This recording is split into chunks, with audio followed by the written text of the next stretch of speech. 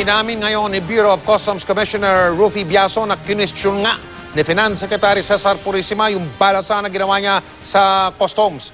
Ang kinwestiyon daw ay ipinalabas na Biaso daw na tinatawag na Customs Personnel Order o CPO. Nakapaloob doon yung tinatawag na reassignment ng higit sa 600 mga tauhan ng customs na nasa ika nga'y frontline.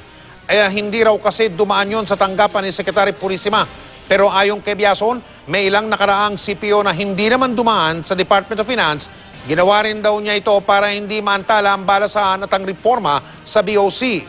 Ang operasyon po sa mga puerto. Patuloy na sinisikap ng GMA News na makuha ang pahayag tungkol dyan ni Secretary Purisima na nasa Amerika ngayon para sa komperensya ng World Bank.